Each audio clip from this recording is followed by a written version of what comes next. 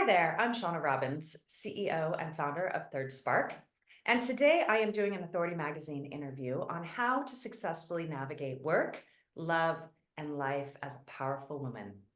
I have Jennifer Ann Johnson joining me today. She is the founder of True Fashionista and the author of the Amazon bestseller, Grace and Grit, Becoming a Confident Entrepreneur.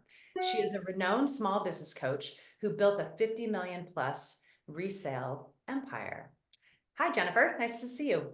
Hi, it's wonderful being here. Yeah, so tell me about how you got into your line of work and your background and Sure. So I grew up in central Minnesota, the second oldest of six siblings, and we did not have money to shop for new clothes. So my grandmother would take us, or mainly take me out garage sailing on Saturday mornings, and we would find stuff at garage sales. So that was the only way we could do it. And when I moved to Florida 16 years ago, I realized that this was what I was meant to do. I've always loved going to stores and hunting for things. I loved always thrifting. And it made sense because nothing existed like our model here in Southwest Florida, which combined really high-end luxury goods like Chanel and Gucci and those kinds of things with more of your mid-market items, like things you could find at a mall. And one day I just said, you know what, I'm doing this. And I never looked back. Literally, I just kept forging forward. So that's really, it's kind of homage to my grandmother. I love that. That's amazing. So that's so interesting. I had no idea that industry and that even existed as an option. I live in California, and I don't think that I've at least I haven't been able to find anything like that. It's really an Well, interesting market. resale has really kind of come into its own over the last 5 years. And there's a lot of numbers being thrown around as to what it's going to be within the next 5 years. And it's in the billions with a B. So it's a very, very hot industry. People look at it as more of a recession resistant business model. So it definitely will thrive in any economic condition. And I think it's just going to become more popular. Yeah, I agree with you. Okay, so the premise of the series that I'm running here assumes that our society still feels uncomfortable with strong women. Can you talk a little bit about that and why you think it's so, and how you think women can, really help to overcome this? Sure. I definitely think that things are changing, but I feel like sometimes as women, and I can speak to this with regard to a certain incident that I had, I think sometimes we also push ourselves down. We may think, well, what am I doing sitting here? What am I doing at this table or that table? There's all these other guys that are around me that know so much more. And I'm going to give an example of that. I was sitting at a board meeting not too long ago, and it was a bunch of financial guys. And I don't, numbers is not my thing. Never has been, never will be. I'm more creative. I love marketing and that kind of thing. But I'm sitting there, and it was probably halfway into the meeting where the whole time up until this point, I'm thinking, why am I here? I have nothing to contribute to this table, nothing, Mm. because that is not my area of expertise. Halfway through it, I don't know what I did, but I kicked myself in the butt. And I said, you have every right to be here. They asked you to be at this table. So what is all this crap going on in your head? Why are you doing this to yourself? You have stuff to contribute to this that they don't. You're great at marketing. You're great at a lot of different areas that they're not. That doesn't make you less than. So sometimes I feel like we push ourselves down. And yes, is there still that gender gap? Of course, there certainly is, but I think it's becoming less because as women start stepping up to the plate and start, owning it.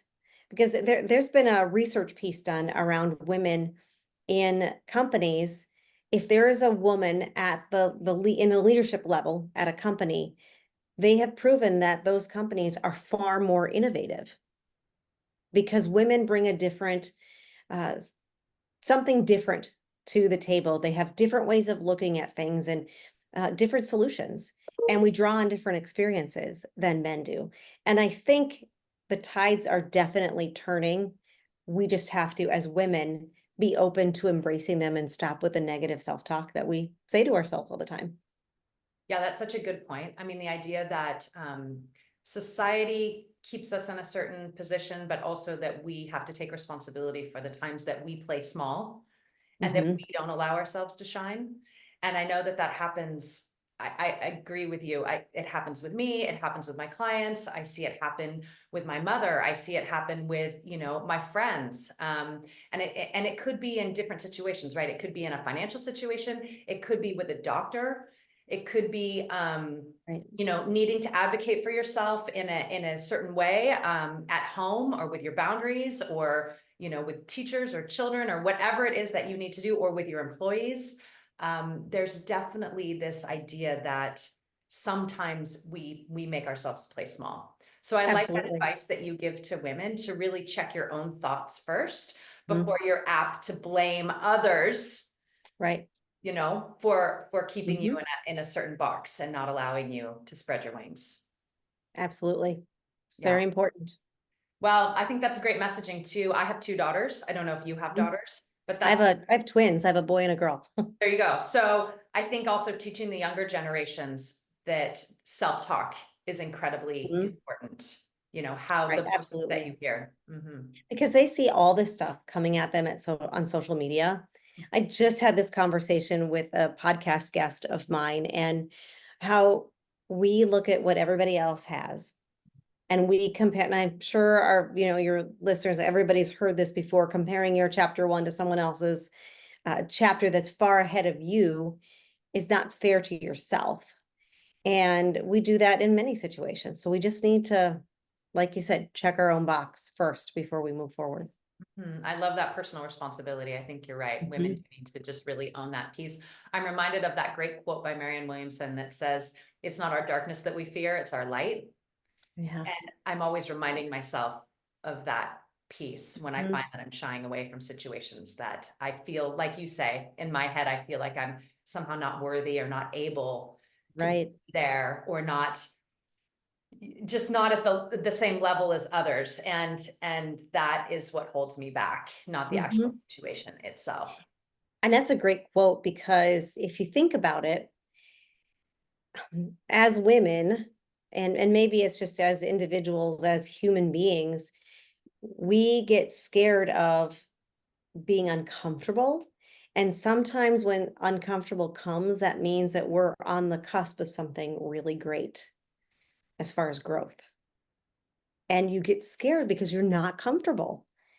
And then there's a great book. I'm trying to remember the author, but there's a great book. I want to say that it was Ed Milet who was talking about how we set our temperature here. And as soon as it gets high and higher, we cool it back down because we're scared.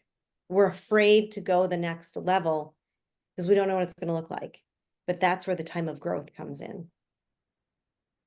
Yeah, and I can see how that would be a really big factor for you in your business as well. Mm-hmm. Definitely has been. That's wonderful. So what do you think we can do outside of, checking our self-talk, to really make changes in our society, and the unease around powerful women? The idea that, like, well, men get to be aggressive, but we have to, we're bitches, right? Like, Mhm. there's this sexist misnomer, if you have a strong woman, that she's somehow either more masculine, or Sure. she's hostile, or she's a threat in some way. How do you Mhm. think that we can go about changing this sort of rebrand for women in power? Well, first and foremost is to show up. We show up how we are, and we have to be comfortable with that. We have to be comfortable, first of all, with who we are before we, Mm. again, go blaming someone else for thinking we're this, we're that, we're the other thing. And just stand in your claim is really what it boils down to. We have to not be so concerned about what other people think. I don't care. You can think that I'm this or I'm that. I know who I am and I'm comfortable with it and I'm standing in it. A lot of things do boil down to that. Other people's opinions are none of our business. I love that quote. Yeah, Eleanor right. Roosevelt. I love that quote. It's wonderful. I say it to my kids all the time. But it's something that we have to remind ourselves over and over and over again. And if we show up, that's half the battle. Because we may go, oh, no, I'm not going to go do that. I'm going to shy away from it. And that's sending a stronger message than showing up. That's that's really the end of it for me. Like that's where I go. If we start showing up and we show up for ourselves, other people are going to take notice. And if every woman just did that in the situations where they feel like, the guy, she's outnumbered because there's so many more guys on a board or there's so many more guys in an organization and she feels less than, just keep showing up. Keep showing up because that sends a stronger message than being void. Mm, I think that's great. That's a great message. Thank you. I really Uh-huh. appreciate that. So, in your opinion, what do you think is the biggest challenge faced by women leaders today, that's not typically faced by their male counterparts?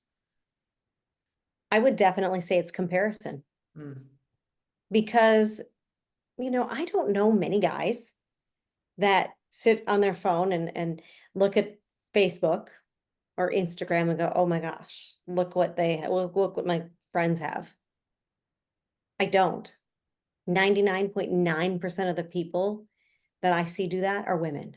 mm, I don't know why, but we do. We sit and look at Facebook and compare even though we may not think we do. And I think we'd be all liars if we said we've never done that. Because I think every woman has definitely done that. Or, oh, she looks like she has the perfect family. She never looks like she's ever mad at her kids or she ever, has a misstep here or says something she shouldn't. We all have that white picket fence on Facebook or on any social media. We have the white picket fence and everything else to go with it. When at the end of the day, there's something else behind that white fence that we don't see. So I think we need to stop comparing ourselves to everybody and we're going to ease that burden on ourselves and things will get better. mm. Yeah, that's wonderful advice. And I agree with you wholeheartedly. I don't think that men do the same level of comparison with other I men. don't think they do. I They mean, might do competition to try to yeah, beat someone else, right. but they don't compare and then beat themselves up the way that women Hmm. Because we're the best at it. do. We Mhm. really are. How did she get to be, here in her life? We're the same age and I'm here. Yeah. What did I do wrong?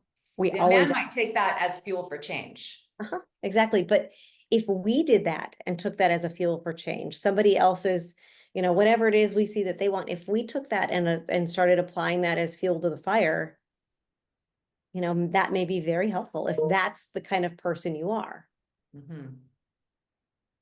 Yeah, wonderful. So how does this play into your business as a powerful woman and as a female leader? What tips do you have to share with other women that are, looking at being starting their own companies, being entrepreneurs, really trying to do some service or do some good in the world? Sure. What advice would you have for them? Well, there's really a few things. First and foremost, you need to know who you are as a person. You need to know what your core values are at the root of it. What do you stand for? Because if you don't know what you stand for, nobody else around you is going to. And as another part of that is if you don't know what you stand for, then you don't know who to align yourself with either in any part of your business. So number one, it has to come down to who are you? And then the other big takeaway would be, I have this saying, I've said it for a long time. If you reframe when things happen to you, if you go, this is happening for me, it's not happening to me, it will change everything about your attitude. Because you will then encounter people or you'll encounter situations where you ask yourself, after you say this to yourself as a mantra over and over and over again, and I can't tell you how many times I do this and how many years I've been saying this. But if you say that after, again, someone you meet or a situation, what is the lesson here? Mm, What am I supposed to learn from this person? What am I supposed to learn from this lesson or from this situation? you're going to know what that is because you'll become aware of, hey, there's a message here for me. It's not just something bad that happened. There's a message. Pay attention to it. Get still enough where you can kind of unpack that in your brain. So going forward, that situation that you had or that person that you met is not for anything. There was a reason. Wow. Yeah, that's powerful advice. I think not just in work, but in life as well. 100%. Yeah. You know, as entrepreneurs, it's not a straight line for anybody. So we're going to have ups and downs, and we're also going to have the meshing. There is no work-life balance, in my opinion. That's just my opinion as an entrepreneur. There's synergy and there's going to always be overlap in everything that we do. And we can learn to manage it, but it's never going to be, if you're an entrepreneur and you have your own business, there's always going to be times where you're doing more business than you are family time, and vice versa. And it always overlaps. And anything, that's why I say you need to get to your personal core values to know what that is. So then your company that you've created or that you're creating simply becomes an extension of you. You're taking everything that you stand for and you envision this company, and then you pass it along to your company and your teammates and all of your employees. It all kind of works in one beautiful circle. That's great. Thank you so much for sharing that. So Yeah. how can people connect with you? How can they find you? They can find me online. My website is jenniferannjohnson.com, and they can also find me on Facebook and Instagram. I'm also on TikTok at Jennifer Ann Johnson. Awesome. Great. Thank you so much for joining me today, Jennifer. It's really great to have this conversation with you. Thank you so much. It was wonderful as well.